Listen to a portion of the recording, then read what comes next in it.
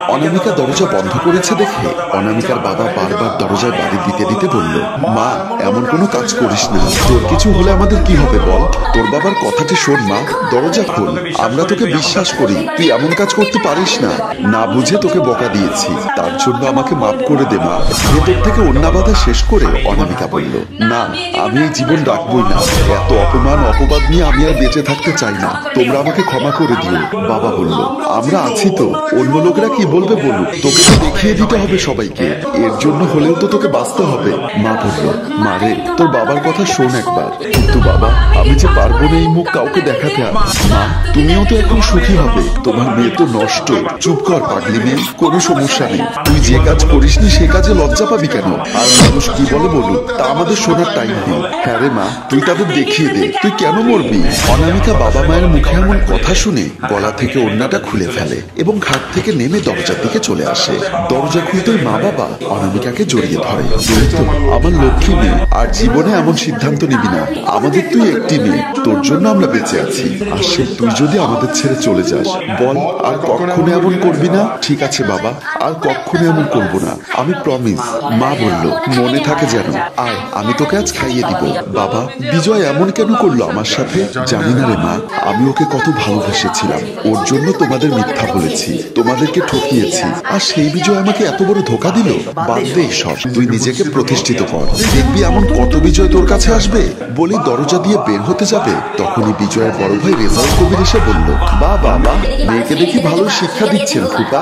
বাবা বলল, তোর ভাইকে যে শিক্ষা দিয়েছিস তেমন শিক্ষা দিব নাকি? হ্যাঁ, আমার ভাইয়ের সম্পর্কে কোনো মিথ্যা বানোয়াট কথা আমি শুনতে চাই না, আমি জানি আমার ভাই কেমন। মা বলল, তা তো ঠিকই জানবি কেমন তোর ভাই, এত কথা শুনতে চাই না ফুপি, কেন ডেকেছো বলো? আমার হাতে সময় নেই বেশি একটা। তোর ভাই কি করেছে জানিস আজ? অনামিকাকে কোথায় নিয়ে গিয়েছিল, কি হয়েছে বলো, তোমাদের মুখে শুনি। এরপর অনামিকার বাবা শুরু থেকে শেষ পর্যন্ত বলতে থাকে কি কি হয়েছিল। সবকিছু বোঝানোর পর বিজয়ের বড় ভাই রেজাউল বলল, আমার ভাই এমন না, এটা হতে পারে না, আমি চিনি আমার ভাইকে, আমার ভাই যদি যেতই তবে ওকে সবাই দেখতো, কিন্তু ও ছিলই না ওখানে, যত সব মিথ্যা কথা বলছো তোমরা। তখনই অনামিকা বলল, ভাইয়া সত্যি কথা বলছি আমি, আমাকে বিজয় নিয়ে গিয়েছিল, তুইও দেখি ভালো মিথ্যা বলা শিখে গেছিস অনামিকা, তোর কাছে এটা আশা করিনি আমি। কেন আমাকে বিশ্বাস হয় না তোমার? তোমার ভাই কি ধোয়া তুলসী পাতা নাকি? আমি এত কথা বাড়াতে চাই না, তোমরা আমার ভাইয়ের পেছনে যেভাবে পড়েছো, ওর তো দেখি বিদেশ যাওয়াটাই হবে না। মা বলল, আমরা কি করলাম শুনি? ফুপি তোমার মেয়ে কি বলছে এসব? হ্যাঁ, আমার ভাইয়ের সম্পর্কে তুমি ফুপি হও দেখে কিচ্ছু বলিনি এখন পর্যন্ত, অন্য কেউ হলে যে কি করতাম এতক্ষণে। ও আচ্ছা, তোর ভাই কিছুই করেনি, তুই যা, তোকে এমনিতে ডাকা হয়েছিল, আমরা সব নাটক করছি, যা চলে যা। কি দেখলেন ফুপা, এখন তো সত্যিটা বললো।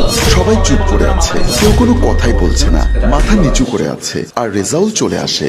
বেশ কদিন চলে গেছে, অনামিকা কোথাও যায় না, সে এখন কলেজেও যায় না।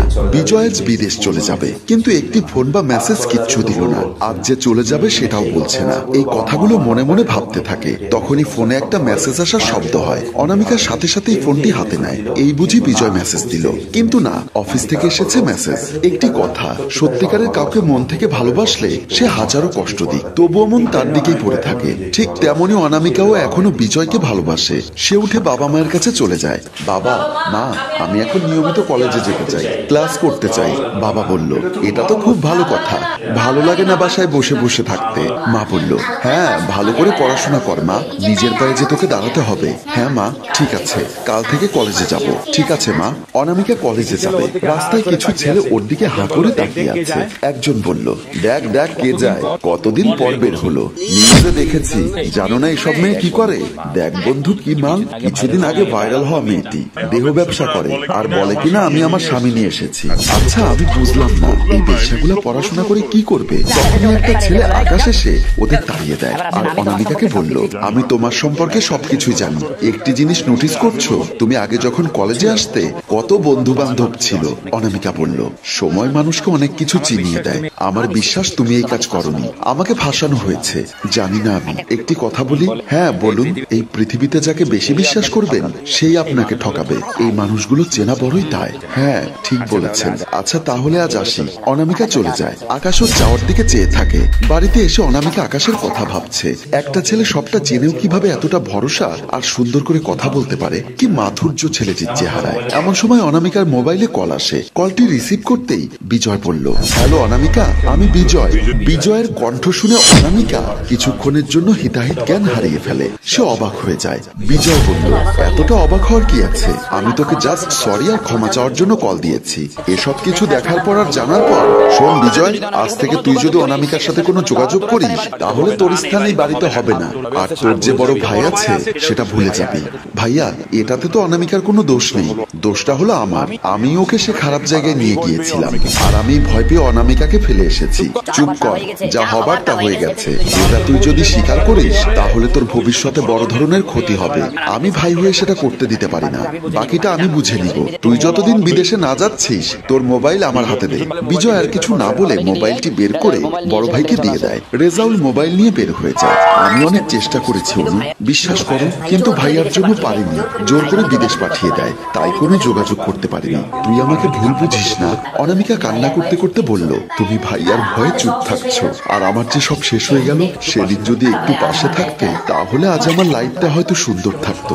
আমাকে আর কল বা ফোন দিও না বলে অনামিকা কলটি রেখে কান্না করতে থাকে।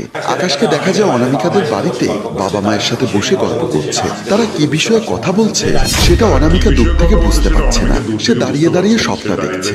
আর এটি সম্পূর্ণ লুকোনো রেখে আমাদের গল্প এখানেই শেষ হয়। সম্মানিত ভিউয়ার্স, এখানে আসলে দোষটা কার? বিজয় কি সব সত্যি বলবে নাকি মিথ্যা? আকাশ কি বিজয়কে নিয়ে অনামিকার বাবা মায়ের সাথে কথা বলছে তা জানতে কমেন্ট করুন পরের পর্বের জন্য। আপনাদের সুবিধার জন্য এই গল্পের প্রথম ও দ্বিতীয় পর্বের পুরো লিঙ্ক কমেন্টে দেওয়া হলো। গল্পটির ভাবনায় হাসিম রাজু, পরিচালনায় রেজাউল কবির চৌধুরী ও প্রযোজনায় এফ এ নয়ন চৌধুরী। গল্পটি ভালো লাগলে লাইক, কমেন্ট ও শেয়ার করে দিন। ধন্যবাদ।